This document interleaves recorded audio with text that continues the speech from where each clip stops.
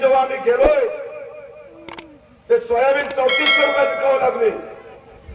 3400 रुपयात 5000 रुपये आम्ही पाहतोय. आमच्या सोयाबीनचे भाव जाहीर झाले होते.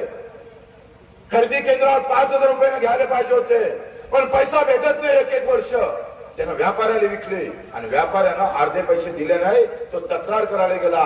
व्यापाऱ्यानं फोन केला. ठाणेदार त्याच्या बाजूने उभा राहिला. पैसों के साथ.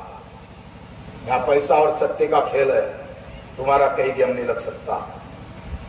येता येता चीड मनात आली. संताप होता. पॉयझनची बॉटल घेतली. सचिन जाधव आत्महत्या करून रस्त्यात निघाला.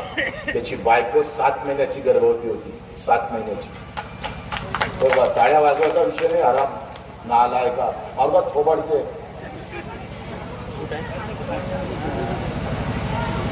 7 महिन्याची गर्भवती होती.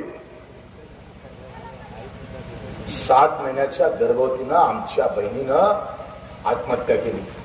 पोटात 7 महिन्याचं बाळ होतं. मी गावात भेटायला गेलो.